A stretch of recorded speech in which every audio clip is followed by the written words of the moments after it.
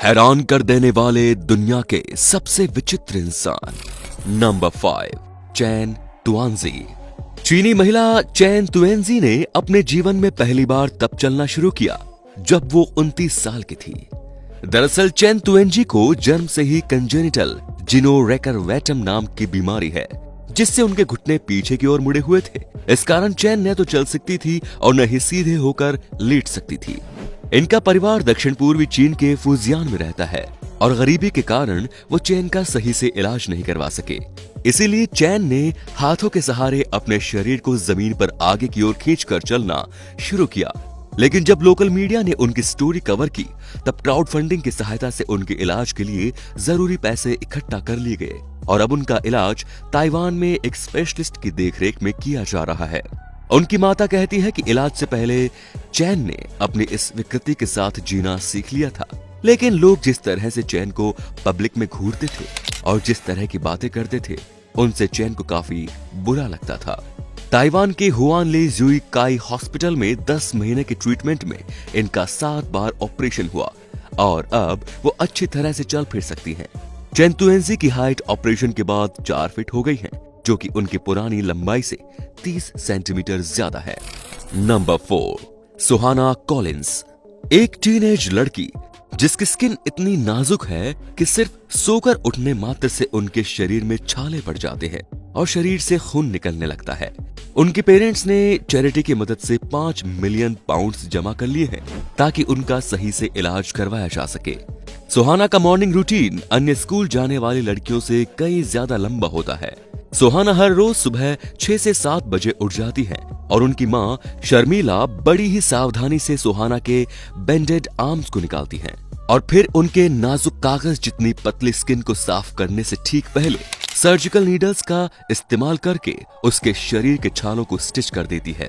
सुहाना को एपिड्रोमोलिसिस बियोलासा नाम की रेयर जेनेटिक डेस नामक बीमारी है, जिसे बटरफ्लाई सिंड्रोम के नाम से भी जाना जाता है।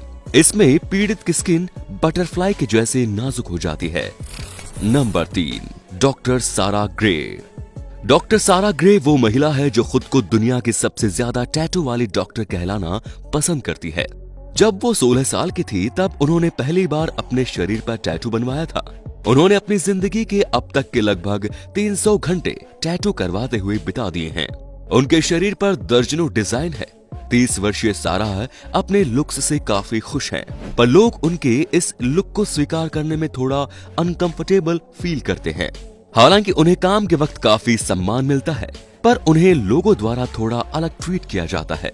डॉक्टर सारा खुद को एक आर्ट कलेक्टर कहती हैं और आर्ट वर्क को दीवार पर टांगने के बजाय वो इसे अपने शरीर पर पहनना पसंद करती हैं।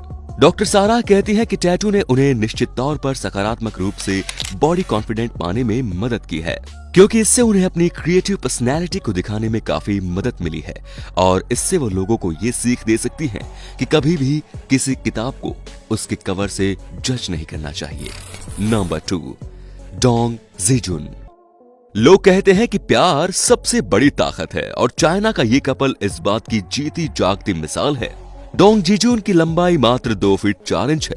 डोंग और उनकी पत्नी युआना ने यह साबित कर दिया कि प्यार के लिए सूरत नहीं, सीरत मायने रखती है। डोंग और उनकी पत्नी उत्तरी चीन के लिर्निंग प्रोविनेंस में रहते हैं। इन्होंने दुनिया को ये बताया कि म्यूचुअल अंडरस्टैंडिंग और बिना शर्त के एक दूसरे को सपोर्ट करना ही एक सफल वैवाहिक जीवन की नींव है। 31 वर्षीय बिजनेसमैन डोंग को जन्म से ही रिकेट्स है, जिसमें हड्डियों का विकास रुक जाता है और इसी कारण उनकी बाजुएं अविकसित रह गई हैं। शुरुआत में उन्हें स्वास्थ्य संबंधी समस्याओं का सामना करना पड़ा और उन्होंने अपने बचपन का अधिकांश समय बेड पर ही बिताया, क्योंकि उस समय उनकी हड्डियों के फ्रैक्चर होने का खतरा था। लेकिन उनकी किस्मत ने वर्ष 2003 में तब करवट ली जब वो केवल 16 साल के थे।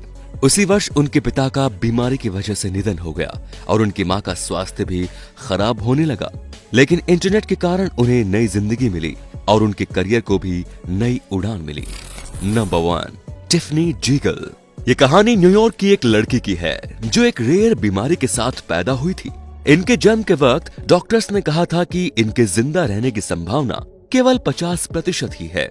लेकिन उन्होंने इस चुनौती का बखूबी सामना किया और आगे चलकर अपने डांसर बनने के सपने को साकार भी किया। टिम्फनी का जन्म एक अविकसित शरीर के साथ हुआ था। उनकी रीढ़ की हड्डी बहुत टेढ़ी है और उनकी गर्दन काफी छोटी, और उनके सिकुड़े हुए फेफड़ों के कारण उन्हें हर रोज सांस लेने में काफी कठिनाई और दर्द झेलना पड़ता है। लेकिन किसी भी अन्य लड़के की तरह ही उनके भी कुछ सपने थे और ये बीमारी भी उन्हें अपने डांसर बनने के सपनों को हासिल करने से रोक नहीं सकी। जब टिम्फनी 3 साल की हो गई थी तो तब उनके माता पिता ने उनका डांस क्लास में एडमिशन करवा दिया और आज लगभग 3 दशक के बाद अपने इस फिजिकल कंडीशन के बावजूद टिम्फनी एक प्रोफेशनल डांसर है।